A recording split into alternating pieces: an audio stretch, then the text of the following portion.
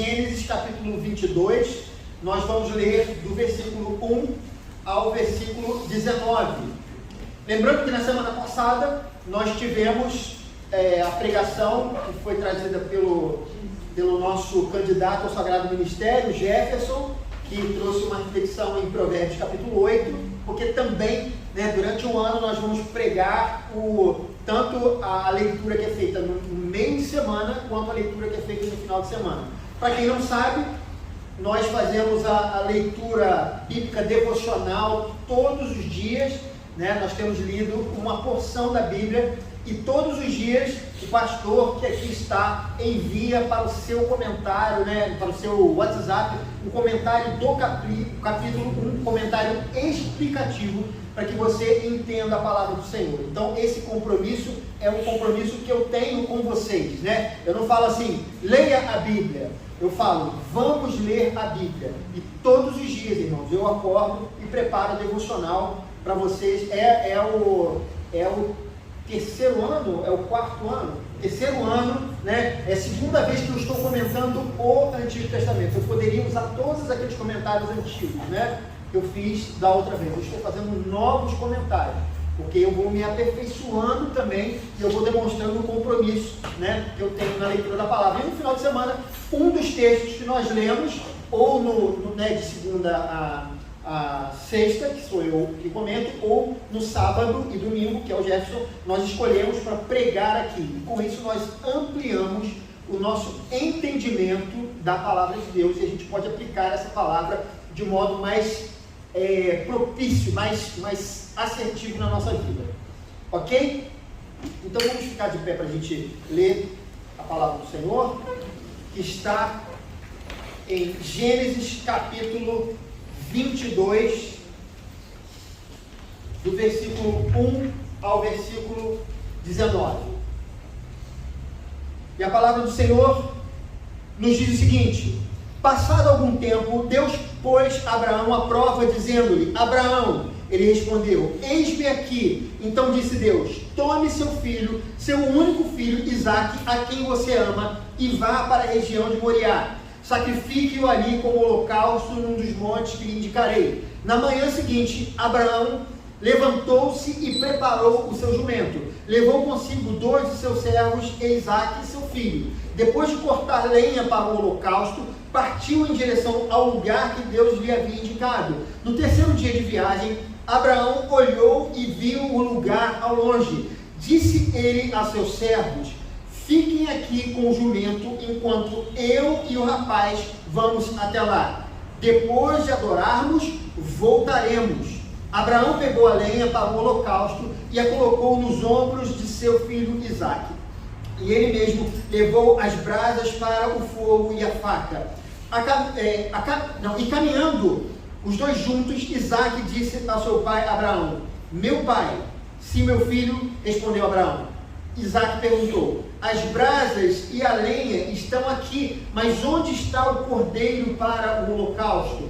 Respondeu Abraão: Deus mesmo há de prover o cordeiro para o holocausto, meu filho.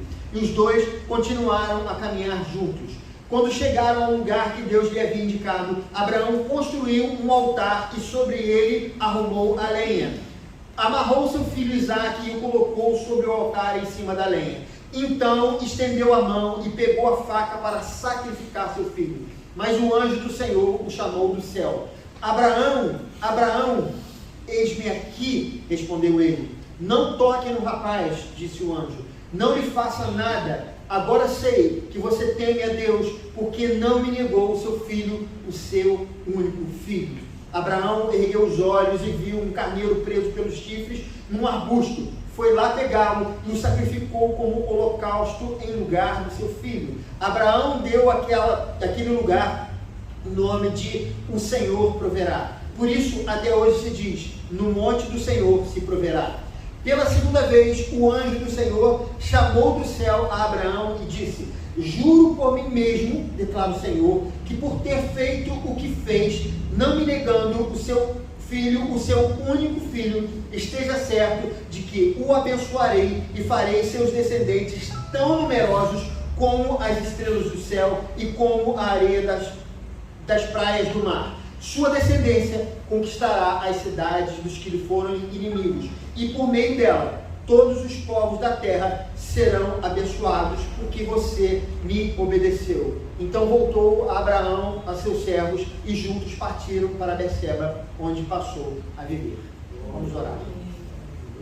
Senhor, pedimos mais uma vez que Teu Espírito Santo ilumine o nosso entendimento, e que a gente possa, Senhor Deus, compreender a Tua palavra, e que essa palavra seja relevante para as nossas vidas no dia de hoje, no dia de amanhã ou depois de amanhã.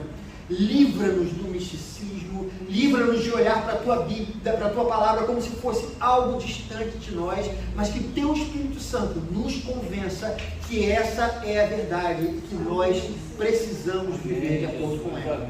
Nós oramos assim, no nome de Jesus. Amém. Amém. Irmãos, podem se assentar.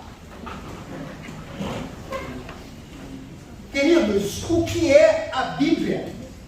Muitas pessoas têm uma ideia equivocada sobre a Bíblia. Eles pensam que a Bíblia é uma espécie de um livro mitológico. Alguns dizem que são escritos antigos que foram descaracterizados ao longo dos séculos pela igreja. Alguns outros têm uma visão mística da Bíblia e abrem em qualquer versículo, ou muitas vezes no Salmo 91, para que aquele livro aberto possa abençoar a sua casa, como se ele tivesse algum poder místico em si. Mas a Bíblia não é, irmãos, nada disso. Ela é o modo como Deus decidiu se revelar para a humanidade. E essa é, na verdade, as Escrituras. Desde o Éden, como nós vimos, o homem ele se afastou de Deus, e nós, depois que fomos separados de Deus, ficamos sem saber quem Deus é, não compreendíamos mais a sua santidade, não entendíamos os nossos pecados e a nossa necessidade de perdão para a nossa salvação. Deus criou, vou usar aqui um termo que tem sido usado frequentemente, Deus criou, irmãos, um pacote de bondade, de amor, de misericórdia e graça para as suas criaturas. Esse plano previa a escolha de um homem e de sua descendência para que, através dele, Deus se revelasse. Um registro dessa revelação fosse escrita, e para que, através dessa descendência, Deus trouxesse ao mundo aquele que salvaria a humanidade de seus pecados. Depois da humanidade, irmãos, não ter dado certo, conforme nós temos estudado, conforme nós vimos em Êxodo, do capítulo 1 ao capítulo 11, Deus então, para transformar aquela situação, ele decide chamar um homem, e esse homem era Abraão. Possivelmente, irmãos, ele não sabia o que Deus estava fazendo através de sua vida, mas Deus escolheu esse homem para que, a partir dele, todo um plano de salvação fosse possível. E quando a gente vê as palavras de Abraão, nesse primeiro versículo que nós lemos, quando ele diz, eis-me aqui, e apesar desse texto estar se referindo ao momento em que Deus chama ele para sacrificar o seu filho, nós não podemos deixar de ver que o livro de Gênesis sempre deixou clara a obediência e prontidão desse homem de fé. Possivelmente, ele, como disse, não tinha entendimento do grande plano de salvação de Deus, o que Deus estava fazendo através da sua vida. O que ele sabia era que Deus havia feito uma aliança com ele. Um dia, um Deus que ele não conhecia apareceu a ele e fez um contrato com ele, E a parte de Deus nesse contrato era que ele saísse da terra, porque ele receberia uma terra e que Deus daria a ele uma descendência numerosa. E a parte do contrato de Abraão era tão somente obedecer. Para que fosse obediente, era necessário crer. E isso é fundamental. Ele precisava crer para que fosse obediente. Afinal, aquele Deus que o chamou era alguém desconhecido para Abraão. Será que se Abraão obedecesse, ele realmente teria êxito em sua empreitada? A verdade, irmãos, é que não dava para saber. Muitas vezes nós vamos aos textos bíblicos, aos personagens bíblicos, e nós temos uma ideia de que eles tinham o mesmo conhecimento que nós temos sobre Deus, mas isso não é verdade, porque a revelação de Deus, ela é progressiva. Deus começa se revelando para Abraão, e essa revelação ela vai aumentando até que chega em Jesus Cristo, que é a máxima revelação de Deus, que é a imagem do Deus invisível. E quando Deus chama Abraão, ele não tinha esse conhecimento, a profundidade que nós vemos em Deus, que está através de Jesus Cristo. Não existia a Bíblia ou qualquer outra revelação que pudesse dar a ele a certeza que Deus cumpriria a sua promessa. Mas Abraão, ele decidiu crer, conforme a gente vê em Gênesis capítulo 15, versículo 6, Abraão creu no Senhor, isso lhe foi acreditado como justiça. Mas, irmãos, a fé desse homem não era perfeita, como muitas vezes nós achamos. Há algo que às vezes nos passa despercebido quando nós fazemos uma leitura rápida desse texto, ou de toda a história de Abraão. Ele creu que Deus lhe daria a terra, ele creu que Deus o abençoaria, mas os anos se passaram e ele não conseguia crer que Deus poderia lhe dar um filho. Ele pensou até mesmo, irmãos, na possibilidade de Eliezer se tornar o seu herdeiro. Ele falou isso com Deus. Ele também, irmãos, com medo de morrer, mentiu 2 vezes sobre a condição de Sara como sua esposa, né? Em dois locais diferentes. E se aquilo acontece, ele não teria a sua descendência, ou seja, naquele momento ele temeu por sua vida, ou seja, temeu porque Deus talvez não fizesse aquilo que estava sendo prometido.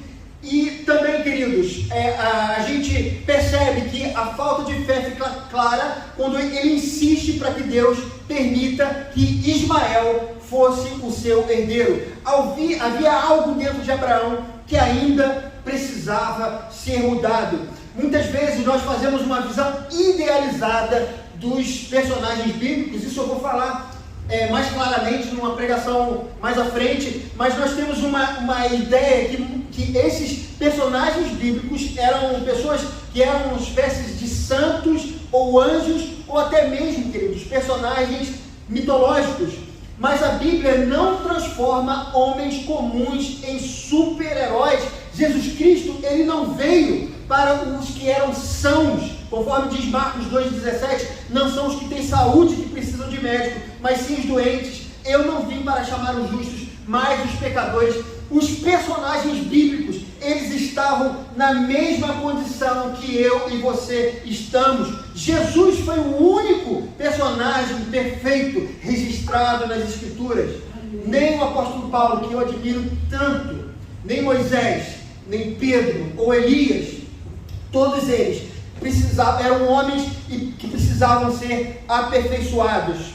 E Abraão, irmãos, não era alguém diferente. Era um homem de fé, mas sua fé ainda precisava ser aperfeiçoada. E por isso ele esperou por 25 anos aproximadamente. No final desse tempo, ele já não tinha nenhuma esperança de que ele pudesse gerar um filho sendo tão velho. Por isso, irmãos, é que ele ri no momento em que Deus fala que lhe nasceria um filho em Gênesis 17. Não é que ele era um zombador, é porque isso ia contra completamente a natureza humana. Como ele poderia acreditar? Ele já estava extremamente idoso, a sua esposa também muito idosa. Como eles poderiam gerar um filho com aquela idade? Ele, como pessoa normal, natural, como eu e você, não conseguia crer nisso. Só que, irmãos, no momento certo, Deus interveio. Deus entrou na história dele e um inesperado milagre aconteceu. Certamente, suas emoções foram impactadas grandemente. Se restava alguma dúvida sobre o poder e a grandeza desse Deus misterioso que chamou ele para sair daquela terra, porque ele desejava fazer algo, agora não existia mais qualquer dúvida. Esse Deus, de fato, cumpria o que ele prometia. E amados, essa fé de Abraão, que foi transformada porque Deus cumpriu a sua promessa, algo que era aparentemente impossível aos homens. No capítulo 22, a gente vê que Isaac, quando foi requisitado para ser sacrificado, essa fé estava diferente. Ele talvez pudesse falar para Deus, né? Não, Senhor, eu preciso argumentar com você. Não, ele é meu filho, ele é aquilo que você me prometeu, eu não posso, eu só tenho ele. Lembra da sua promessa, Senhor? Olha lá, né? Senhor, não pode voltar atrás. Ele podia, irmãos, interpelar, ele podia decretar. Não, eu decreto que o meu filho vai ficar aqui comigo, porque ele foi a bênção do Senhor para mim. Ele podia manifestar a sua vontade. Ele podia dizer que não aceitava. Eu não aceito isso, Senhor. Não aceito isso na minha vida. Mas ele decidiu obedecer. E veja o que ele disse aos seus servos no versículo 5, quando ele chega no monte para o sacrifício. Preste atenção. Depois, ele diz aos seus servos, depois de adorarmos, nós voltaremos. Olha que coisa. Ele foi entregar o filho. Ele sabia que Deus estava pedindo que ele sacrificasse o filho, mas de alguma maneira ele disse, nós voltaremos. Primeiro, queridos, ele não acreditou que ele poderia ter um filho. Agora, ele não só acreditava que Deus lhe daria uma descendência, mas também que Deus poderia ressuscitar Isaac da morte, se essa fosse a sua vontade. Já não restava nenhuma dúvida sobre quem era esse Deus que apareceu a ele na terra de Ur dos Caldeus. Queridos, eu gostaria de abordar um aspecto importante no texto de hoje, que é o aspecto pessoal de Abraão. Nós não podemos nos esquecer, queridos, que por trás dessa história há um homem que viveu no seu tempo, que tinha as suas demandas, que tinha os seus desafios. Esse homem, ele era alguém bem-sucedido, mas como qualquer outra pessoa, ele tinha uma frustração. Ele iria deixar a sua herança para alguém que não era o seu filho. Ele tinha tudo para se sentir pleno, mas claramente havia algo que impedia de se sentir realizado. Ele não tinha herdeiros. E nesse aspecto, queridos, há uma similaridade entre nós e Abraão. Nem sempre nossa vida ela será perfeita, nem sempre nos sentiremos plenos com o que temos, nem sempre as circunstâncias irão nos favorecer. Mas isso não significa que Deus não nos ame ou que somos irrelevantes para Ele. Lutas e dificuldades estarão sempre ao nosso redor enquanto nós vivermos. Mas Deus vai usar os contratempos de sua vida para aperfeiçoar a sua fé. A mesma aliança feita por Deus com Abraão é a mesma que ele fez conosco atualmente. O sinal e selo da antiga aliança era a circuncisão. O sinal e selo da nossa aliança é o batismo. Mas Deus continua requerendo a mesma coisa, que é a obediência através da fé. Ele nos promete a bênção. Ele nos promete que estará conosco em toda a situação. Mas é fundamental é importante que nós creiamos nele e a partir de nossa fé, que nós obedeçamos a Deus. Veja a ordem das coisas. Nós precisamos crer no Senhor e também obedecer, porque essa mesma aliança que valia para Abraão, vale para nós hoje também. Nós não podemos dizer que obedecemos a Deus se não cremos nele. Se você hoje vive um desafio, se você sabe a vontade de Deus para a sua vida, que está nas Escrituras, então, por que muitas vezes nós não conseguimos crer? Muitas vezes nós tentamos gerar o nosso Ismael, queridos. Não queremos esperar o tempo de Deus, o tempo que Deus tem para nós. Muitas vezes, se a gente vê Abraão, né, ele tentou dar uma, entre aspas, ajudinha a Deus, ele e Sara, quando entregaram Agar, para que Agar pudesse dar uma descendência. Deus não havia falado que a descendência seria com Agar, mas que seria com Sara. E ele e ela fizeram algo para dar uma ajuda a Deus, e muitas vezes nós também, na nossa ansiedade, tentamos dar uma ajuda a Deus, mas algo que Deus não prometeu, algo que Deus não quer para a nossa vida. Queridos, eu não estou falando que Deus nos diz todas as coisas que nós precisamos fazer. Eu sei de crentes que pegam a Bíblia e eles vão no mercado, eles abrem a Bíblia para saber se é para ir ou não no mercado, porque eles não querem tomar uma decisão que Deus não aprove. Queridos, não é assim. Essa vontade decretiva de Deus, Ele não nos revelou, nós já falamos isso, a sua vontade preceptiva, aquilo que está na sua palavra, isso sim é o que Ele quer que nós saibamos. E algumas vezes, nós deixamos de ouvir a palavra de Deus, e passamos a dar um jeito, uma ajuda a Deus, fazendo aquilo que não é o que Deus quer de nós, para que nós atinjamos algum resultado. E muitas vezes nós falamos, Deus quer isso, eu não aceito isso para a minha vida, eu não aceito passar por determinada coisa ou de determinada situação, sem entender que muitas vezes Deus está permitindo que a gente passe por esse tempo. E essa, às vezes, é a vontade de Deus.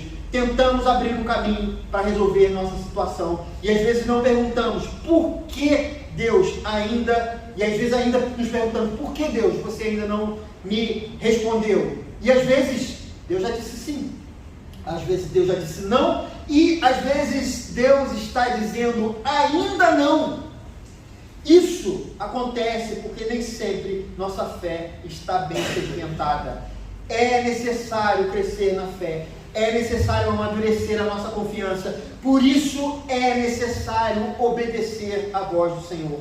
Não será, irmãos, através da experiência de outros, não será o testemunho da sua mãe, do seu pai, ou do pastor da igreja, ou dos personagens bíblicos. A sua fé, ela será sedimentada quando você viver as suas próprias experiências de fé. É assim que nós crescemos.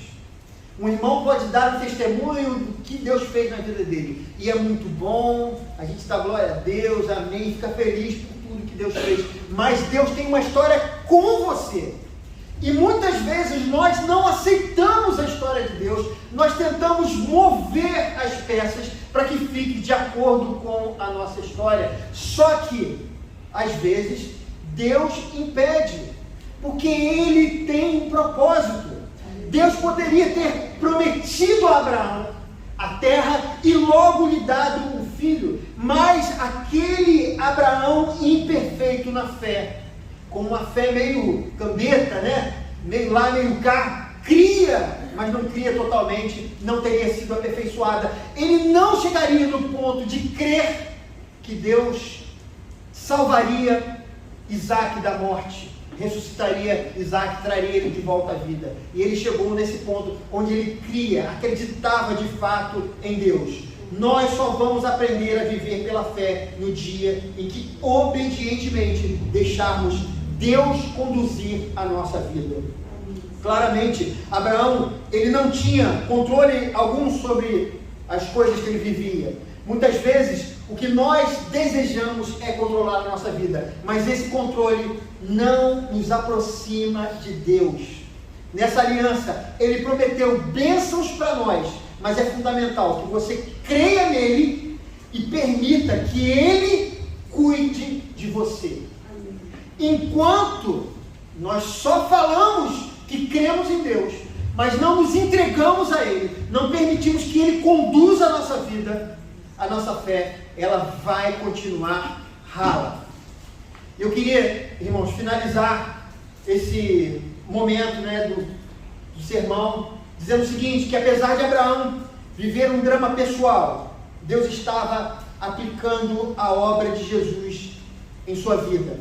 Se a gente olha esse texto, há uma tipificação de Jesus Cristo em dois momentos, no versículo 2 e no versículo 13, quando o Senhor fala para ele tomar o seu filho, o seu único filho Isaque, a quem você ama, e sacrifique naquele holocausto, a mesma imagem de Jesus, o Filho unigênito de Deus, que foi entregue por nós, por sacrifício em favor dos nossos pecados. E no verso 13, no momento em que o carneiro surge para tomar o lugar de seu filho Isaque, ali também, queridos, é uma antevisão daquilo que Jesus Cristo faria na cruz por nós. Ele tomaria o nosso lugar. A morte vicária, a morte substitutiva de Jesus estava tipificada no drama pessoal vivido por Abraão.